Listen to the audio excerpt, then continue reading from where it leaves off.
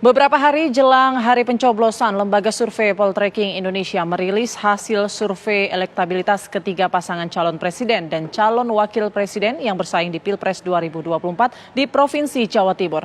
Jawa Timur menjadi sorotan karena dinilai sebagai daerah yang potensial untuk mendulang suara.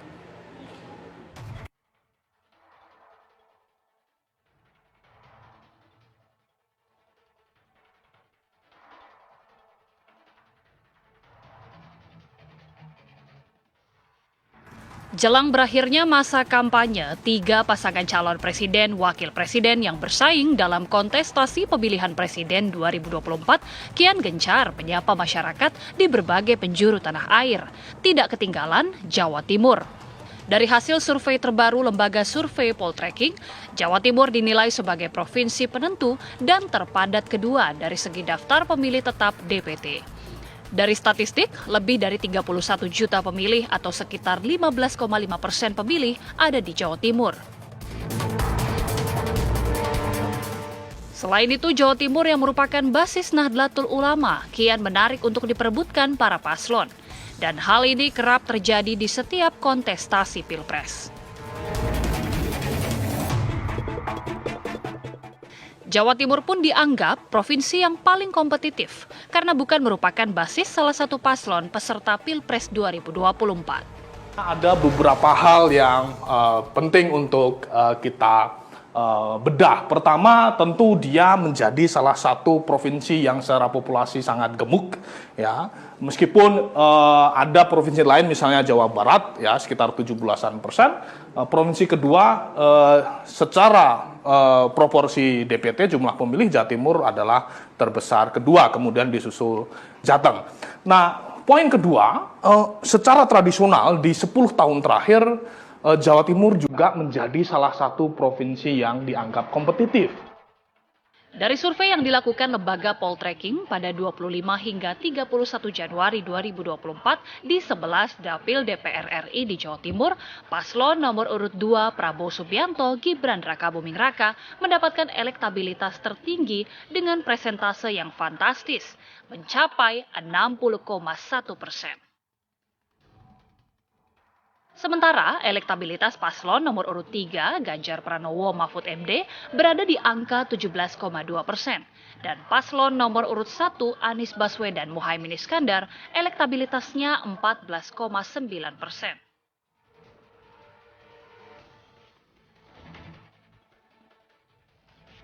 Dari peta sebaran paslon Capres-Cawapres, berdasarkan kemantapan pilihan pun, didapati strong voters pada paslon nomor urut 1, 15,4%, swing voters paslon nomor urut 1, 15%, sementara undecided votersnya 14,3%. Strong voters pada paslon nomor urut 2, 62%, swing voters paslon nomor urut 2, 59,9%, sementara undecided votersnya 58,1%. Strong voters pada paslon nomor urut 3, 17,4%, swing voters paslon nomor urut 3, 17,1%, sementara undecided votersnya 17,1%.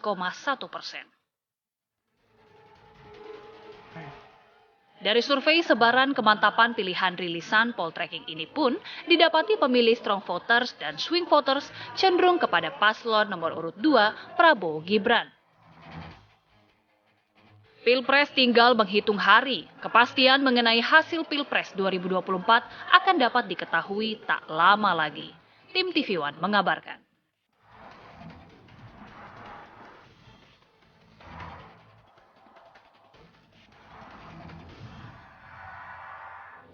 Ya, sebelumnya Lembaga Survei Indikator juga telah merilis survei elektabilitas mereka di Jawa Timur. Dan berikut adalah hasil survei Lembaga Survei Indikator dari survei yang dilakukan pada 18 hingga 19 Januari 2024. Ya, ada sedikit perbedaan dibandingkan survei Poltreking tadi, tapi hasilnya sama. Prabowo Gibran masih punya elektabilitas paling tinggi di Jawa Timur dengan 56,2. Sementara Anies Muhaimin 15,7% dan Ganjar Mahfud 19,9%. Ini menjadi hasil yang cukup menarik, apalagi di Jawa Timur sebagai provinsi terbanyak kedua populasinya di Indonesia. Dan kita juga akan lihat nanti seperti apa kemudian alasan dibalik elektabilitas Jawa Timur ini menjadi perhatian. Nah, pemilu presiden memang tinggal hitungan hari pemirsa. Untuk itu, lembaga survei terus melakukan survei demi memperbarui data tingkat keterpilihan capres dan juga cawapres. Nah, hari ini lembaga survei Poltreking Indonesia merilis hasil survei terbaru untuk wilayah Jawa Timur seperti kita lihat tadi. Ya, lalu mengapa sebenarnya Jawa Timur yang dibidik dan apakah Jawa Timur ini menjadi kunci dalam pemilihan presiden kali ini? Untuk membahasnya telah bergabung bersama kami Direktur Eksekutif Poltreking Indonesia Hanta Yuda dan juga Direktur Eksekutif Indikator Politik Indonesia Burhanuddin Muhtadi. Selamat sore, Bapak-bapak. Selamat sore Putri, Baik. Bapak dan Mas Burhan.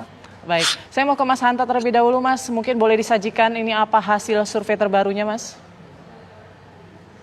Ya Putri, kami baru saja memang meriliskan survei. Periodenya dulu ya tatap muka pada tanggal 25 sampai dengan 31 Januari 2024. Jadi baru saja, mungkin terpaut sekitar 2 sampai 3 pekan dengan survei indikatornya Mas Burhan. Dengan 8.000 responden, jadi margin of error-nya plus minus hanya 1,1%. Nah, temuannya yang paling utama memang elektabilitas di pasangan nomor 1 itu 14,9%, pasangan Anies Mohaimin, kemudian paslon 02 60,1%, paslon 3 17,2%. Nah, kalau kita lihat lebih dalam ke trennya, kami melakukan survei terakhir ya, misalnya 5 kali terakhir survei di Jawa Timur itu 3 di awal sekitar bulan Mei, kemudian November 2022, Juni 2023 itu masih Ganjar Pranowo yang unggul.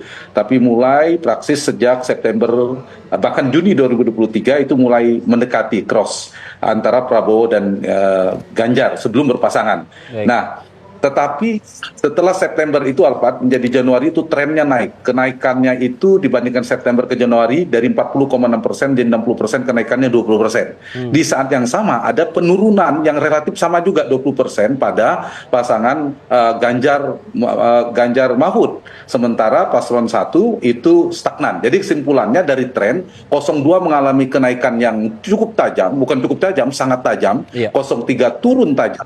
Baik. Dan 01 stagnan.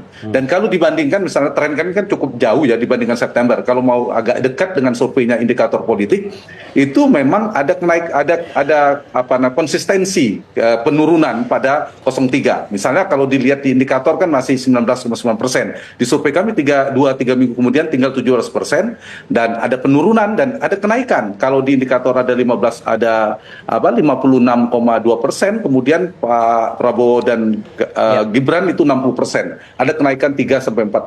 Oke. Jadi trennya itu ya, ada kenaikan yang relatif sama dan penurunan yang sama, yang satu stagnan. Baik. Apa penyebabnya? Ini paling penting. Saya mengisahkan dalam survei kami tadi, 3 faktor. Faktor Jokowi, migrasi, dan fusi.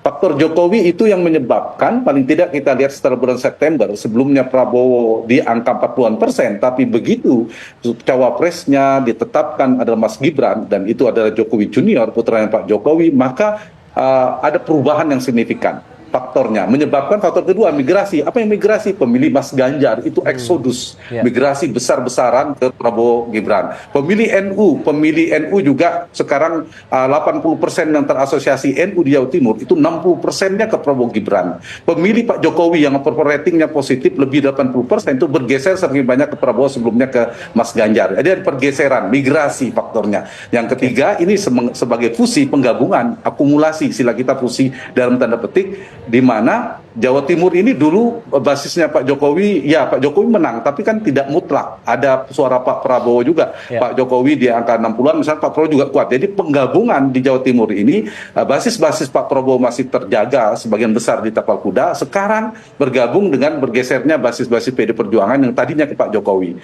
Ke Pak Jokowi sekarang ke Prabowo Gibran. Nah, itu juga yang menjelaskan di survei kami sedikit lagi, di subkultur regional 5 itu Arek, kemudian Mataraman, Madura tipis dengan Anies, tapi di luar itu Arek, Mataraman, Tapal Kuda, dan Pantura itu sudah dimenangkan oleh Prabowo Gibran yang sebelumnya masih bersaing ketat. Di Mataraman masih menang Ganjar, sekarang sudah wilayah Prabowo. Di 11 dapil DPR semuanya dimenangkan oleh pasangan nomor 2 kecuali masih kompetitif di dapil Madura terakhir. Di 38 kabupaten kota juga kami melakukan cross tabulasi, cross step, itu 4 kabupaten di Mataraman, terutama Blitar, Madiun, Kediri itu masih Mas Ganjar unggul. Kemudian Anies berpotensi di Probolinggo dan Sampang, Madura